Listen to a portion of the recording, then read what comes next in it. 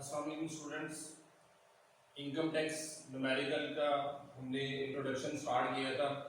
इससे पहले वाले लेक्चर के अंदर मैंने आपको बताया था कि हमने सैलरी पर्सन का न्यूमेरिकल जो है वो सॉल्व करना है, और सैलरी पर्सन का जो न्यूमेरिकल हम सॉल्व करेंगे तो उसमें हमने उसके डिफरेंट सोर्सेज ऑफ इनकम को देखना है, जो कि मैंने लास्ट लेक्चर में डिस्कस किए थे। इसके बेसिकली 5 सोर्स ऑफ इनकम है।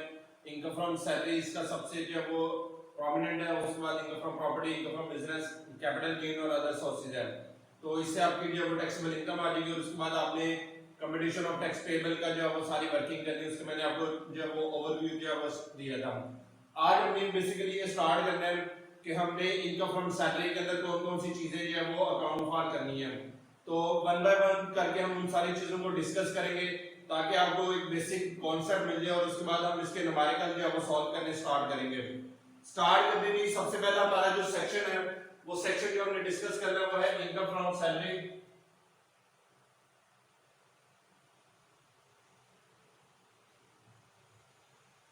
इनकम फ्रॉम सैलरी सेक्शन इसका 12 है, सेक्शन 12। जब आप क्वेश्चन के अंदर इसको सॉल्व करेंगे तो आपने 3 कॉलम जो है वो अमाउंट के लिए विड्रॉ कर लेंगे हैं, ठीक है जी। कॉलम का यूज जो है वो बहुत ज्यादा प्रॉपर होना चाहिए ताकि एक न्यूमेरिकल जब आप सॉल्व करेंगे उसकी एक प्रॉपर प्रेजेंटेशन हो, लग रहा हो कि नहीं वाकई आपको न्यूमेरिकल आता है और आपने इसको न्यूमेरिकल का अटेम्प्ट किया है। अच्छा ये जो हमने इनकम फ्रॉम सैलरी है, इसको जब हमने स्टार्ट करना है तो स्टार्ट के अंदर सबसे पहले हम लिखेंगे basic salary.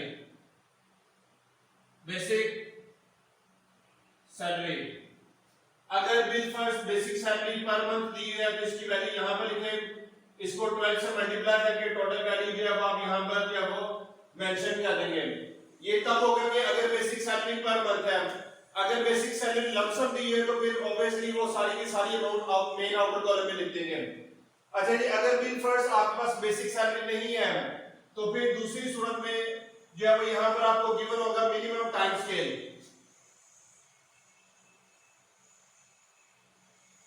Minimum time scale या समटाइम्स दूसरे मिनिमम पे स्केल भी इसको लिखा होता है, मिनिमम पे स्केल। तो ये दोनों इसकी नाम है। अब इसकी जो वैल्यूज लिखी होती है वो नॉर्मली कुछ यूज दिए सपोज करेंगे उसने दिया होगा किस तरह 60,000 5,000 एंड 95,000। तो ये इसके लिखने का अंदाज है। ये जो अमाउंट होती है ये आपकी करंट सैलरी होगी, ये अमाउंट जो है वो आपकी करंट सैलरी होगी। 60,000 आपकी करंट सैलरी है। अगर बिल फर्स्ट बेसिक सैलरी है तो इसको 12 से मल्टीप्लाई करके टोटल कर लेंगे, और अगर ये नहीं है तो फिर मिनिमम टाइम स्केल। तो मिनिमम टाइम स्केल की जो फर्स्ट वैल्यू उसने दी है इसको 12 से मल्टीप्लाई करके इसका टोटल जो भी होगा वो आप यहां पर लिख देंगे, दोनों में से जो वैल्यू होगी। अगर बिल फर्स्ट दोनों ही वैल्यूज गिवन है, क्वेश्चन के अंदर बेसिक सैलरी भी गिवन है और मिनिमम टाइम स्केल भी गिवन है, तो देन इस सूरत में आपने क्या करना है कि आपने बेसिक सैलरी से क्वेश्चन स्टार्ट करना है, ठीक है जी। तो मैं यहां पर एक नोट भी लिख देता हूं ताकि आपको याद आने रहे। Note, if basic salary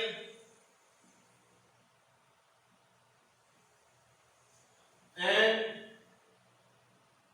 minimum time scale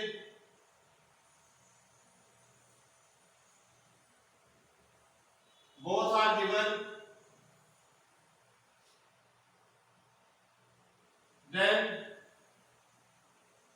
question will be started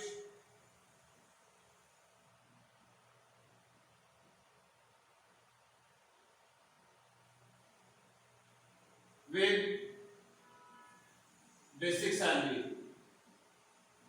तो अगर क्वेश्चन के अंदर दोनों चीजें गिवन है तो फिर आपने प्रेफर किसको करना है, बेसिक सैलरी को प्रेफर करना है। इससे आपने अपना क्वेश्चन जो है वो स्टार्ट करना है। तो फर्स्ट ऑफ ऑल आप बेसिक सैलरी लिखेंगे, उसके बाद जो है वो इसके अंदर मेन अलाउंसेस जो है वो आप ऐड करेंगे। बेसिकली ये 5 चीजें हैं स्ट्रेट फॉरवर्ड, जब भी क्वेश्चन में आएंगी तो ये स्ट्रेट फॉरवर्ड आपने क्या करनी है, इनको ऐड कर देना है। कौन कौन सी? अगर क्वेश्चन के अंदर उसने बोनस दिया हुआ है तो अमाउंट ऑफ बोनस जितनी भी होगी वो सारी बेसिक सैलरी में ऐड हो जाएगी। उसके बाद अगर क्वेश्चन में डीएनएस अलाउंस दिया हुआ है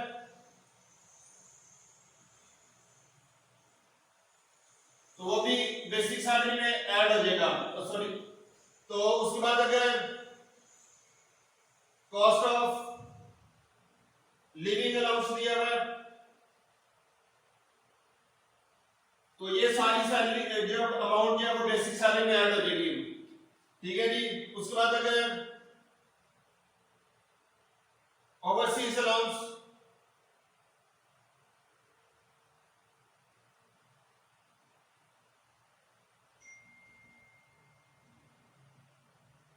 ये भी सारा इसमें ऐड हो जाएगा। और अगर कमीशन दी हुई है उसने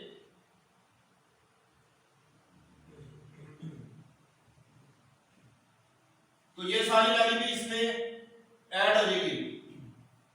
तो इन सब का सम उसका सैलरी कहलाता है। ठीक है जी। तो सबसे पहले बेसिक सैलरी आपने लेनी है। बेसिक सैलरी के अंदर bonus, DNS allowance, cost of living allowance, overseas allowance और कमीशन, ये सारी जो है वो वैल्यूज आपने क्या करनी है यहां पर ऐड कर लें।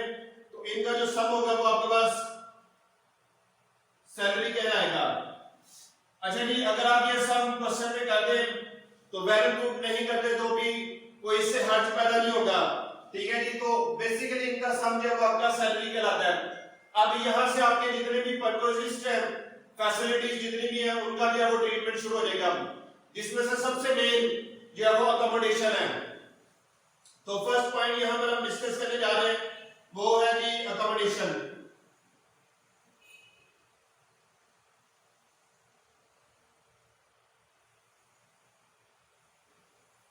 अब ये जो अकोमोडेशन का पॉइंट है इसकी बेसिकली तीन ऑप्शंस जो है वो आपके पास अवेलेबल होंगे। इन तीन में से जो भी आपके पास अवेलेबल होगी वो आपने जो है वो अकाउंट फॉर करनी है, और जो भी कोई एक अवेलेबल होगी और हर एक का जो टैक्स ट्रीटमेंट है वो क्या है। सबसे पहले हम बात करते हैं कि अगर क्वेश्चन के अंदर उसने आपको अकोमोडेशन अलाउंस दिया हो, बिल फर्स्ट,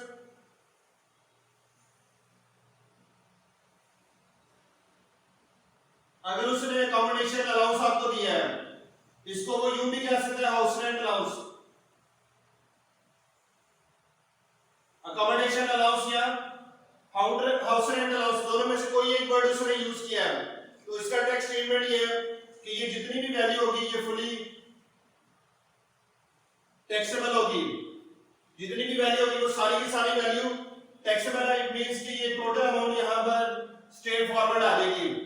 ठीक है जी। तो अगर अकोमोडेशन अलाउंस या हाउस रेंट अलाउंस है तो वो सारी वैल्यू टैक्सेबल है। अगर बिल फर्स्ट ये नहीं है तो दूसरी सूरत में उसने दी होगी अकोमोडेशन फैसिलिटी। अब ये अकोमोडेशन फैसिलिटी फर्निश्ड भी हो सकती है और अनफर्निश्ड भी हो सकती है। फर्निश्ड या फिर अनफर्निश्ड।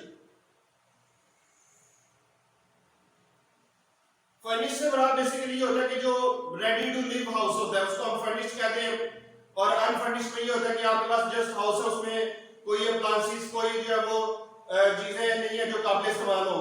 ठीक है जी। तो वो सारी चीजें आपको फर्नीचर वगैरह अप्लायंसेस वगैरह खुद एक्वायर करनी है तो अनफर्निश्ड में आ जाता है। फर्निश्ड में होती है ये सारी चीजें अवेलेबल होती हैं, आपने जस्ट जाके जो है उसमें रहायश तैयार करनी है। तो अकोमोडेशन फैसिलिटी अगर क्वेश्चन में दी है तो आपने इसका टैक्स ट्रीटमेंट जो है वो क्या करना है। सबसे पहले हम नंबर 1 वैल्यू ऑफ फैसिलिटी लेंगे। अब वैल्यू ऑफ फैसिलिटी से मुराद ये होगा कि जब क्वेश्चन उसने दिया होगा ना अकोमोडेशन फैसिलिटी को साथ में बताया गया कि if this accommodation is not provided to him certain amount will be paid by employer, या उसने कहा होगा कि जी employer paid rent to landlord. ठीक है जी। तो वो जो रेंट उस अकोमोडेशन का जो रेंट पे किया जा रहा है उसको हम जो है वो फैसिलिटी का नाम देते हैं। अब मोस्ट ऑफ द केसेस के अंदर ये फैसिलिटी जो है वो पर मंथ की शक्ल में होगी। तो आपने क्या करना है, इसको 12 से मल्टीप्लाई करना है इस वाले कॉलम के अंदर। तो ये जो थर्ड कॉलम है इसके अंदर आप इसको 12 से मल्टीप्लाई करें, इसकी जो टोटल वैल्यू वो यहां पर आपने सेकंड कॉलम में लिख देनी है और इसके नीचे लाइन लगा देनी है। नंबर 1 आपका ये पॉइंट होगा, नंबर सेकंड 45% ऑफ एमटीएस और बेसिक सैलरी। अगर एमटीएस दिया हुआ है तो इसको प्रेफर करेंगे, अगर एमटीएस दिया तो इसको करेंगे, अगर बेसिक सैलरी तो इसको करेंगे। अगर दोनों ही है तो फिर आपने एमटीएस को ले लेना। अगर दोनों ही गिवन है तो फिर आपने एमटीएस को जो है वो चूज करना है। एमटीएस की जितनी भी वैल्यू यहां पर ये टोटल आई है, ये टोटल वैल्यू आपने ले ली है, तो इस टोटल वैल्यू का 45% आपने जो है वो कैलकुलेट करने तो एक वैल्यू ये आ जाएगी। अब आपके पास ये दो वैल्यूज होगी, इन दोनों में से जो हायर अमाउंट है वो टैक्सेबल हो जाएगी। तो whichever is higher will be taxable. तो जो हायर अमाउंट होगी वो टैक्सेबल हो जाएगी, वो इस मेन कॉलम में जो है वो लिख देंगे हम। अच्छा जी, अगर अकोमोडेशन लॉस है तो फिर वो फुली टैक्सेबल है। अगर अकोमोडेशन फैसिलिटी है तो उस सूरत में value of facility of 45% of MTS और basic salary whichever is higher will be taxable. अगर थर्ड ऑप्शन ये है, अगर उसने क्वेश्चन में दिया accommodation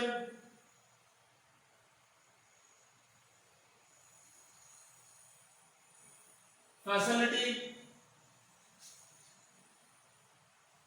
other than big city. अब ये अदर देन बिग सिटी से मुराद आपके जो मुफस्सल एरियाज होते हैं,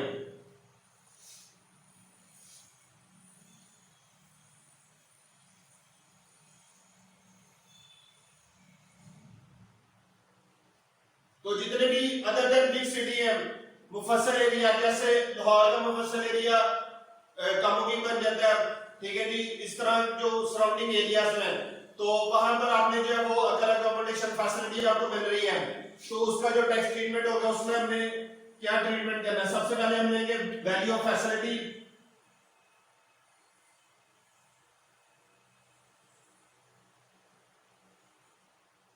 अगेन वही वैल्यू ऑफ फैसिलिटी से मुराद एम्प्लॉयर जितना भी रेंट पे कर रहा है तो उस रेंट की वैल्यू को आप लेंगे। तो रेंट की वैल्यू जो है वो जितनी भी होगी वो मल्टीप्लाई करेंगे हम 12 से,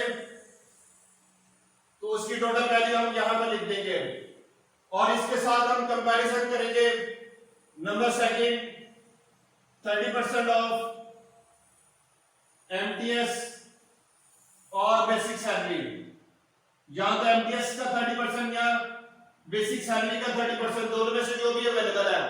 अगर दोनों ही अवेलेबल है तो फिर एमटीएस को प्रेफर करेंगे। तो जितनी भी वैल्यू होगी इस वैल्यू का 30% हम यहां पर लिख देंगे और हम कंपैरिजन करेंगे इन दोनों वैल्यूज का। इन दोनों में से जो हायर वैल्यू होगी वो टैक्सेबल होगी, तो whichever is higher will be taxable.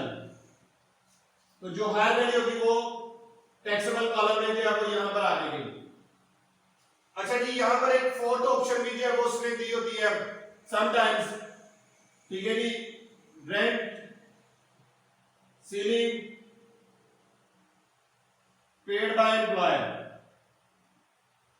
ये बहुत कम क्वेश्चंस के अंदर ऐसा है कि आपको अवेलेबल होगी। तो अगर उसने जो वो दिया हुआ rent ceiling paid by employer, तो इसका टैक्स ट्रीटमेंट ये देखेंगे कि ये बिग सिटी है या अदर देन बिग सिटी है। अगर तो ये in case of big city, in case of big city तो फिर वही ट्रीटमेंट होगा। सबसे पहले आप लेंगे अमाउंट ऑफ रेंट सीलिंग,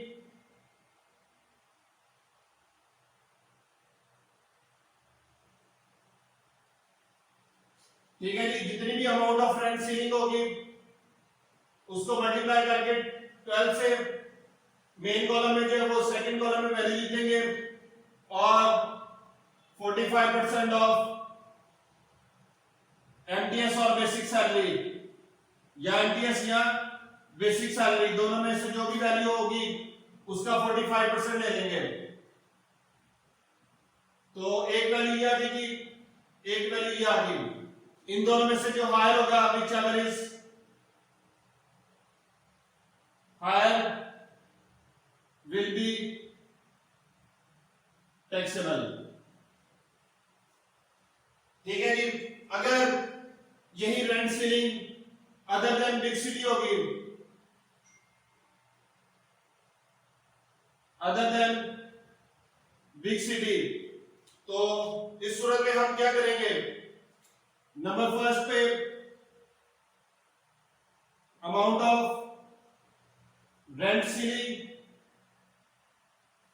जितनी भी अमाउंट ऑफ रेंट सीलिंग होगी उसको मल्टीप्लाई 12 से करें, टोटल वैल्यू ये ले लें और इसके साथ जो है वो कंपैरिजन करें 30% ऑफ एमटीएस और बेसिक सैलरी, एमटीएस और बेसिक सैलरी, तो जो भी अवेलेबल है उसका 30% ले लें। दूसरी वैल्यू आपके पास ये आ गई। अब इन दोनों में से जो हायर होगा whichever is higher will be taxable, तो हायर वैल्यू जो वो क्या हो जाएगी, टैक्सेबल हो जाएगी यहां पर। ठीक है जी। तो ये आपका टोटल अकोमोडेशन का जो है वो पॉइंट था। अच्छा, इसके साथ एक दो चीजों का नोट आपने याद रखना है, वो भी मैं साथ साथ लिख दूं। If value of facility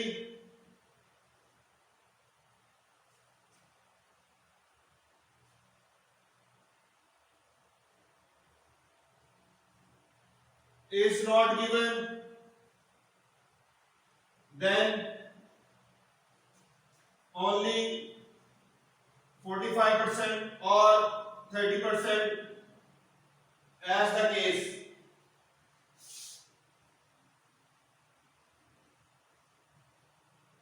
will be taxable.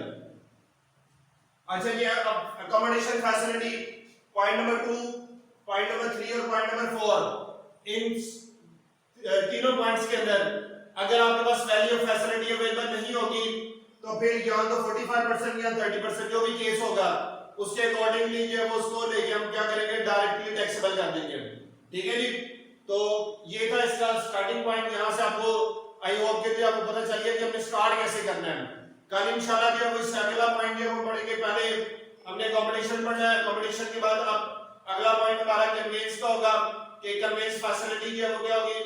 ठीक है जी। उसके बाद जो है वो हम मेडिकल पढ़ेंगे, मेडिकल फिर एंटरटेनमेंट हो गई। ये सारी चीजें वन बाय वन जो है वो डिस्कस करेंगे जिनको हम सैलरी के अंदर फॉल करेंगे। ठीक है जी। आई होप कि ये टॉपिक आपको क्लियर हो गया। इन केस के अगर आपको कोई क्वेश्चन हुआ तो आप मुझे कमेंट सेक्शन में पूछ सकते हैं। कल इंशाल्लाह इससे आगे डिस्कस करेंगे। तब तक के लिए इजाजत दीजिए।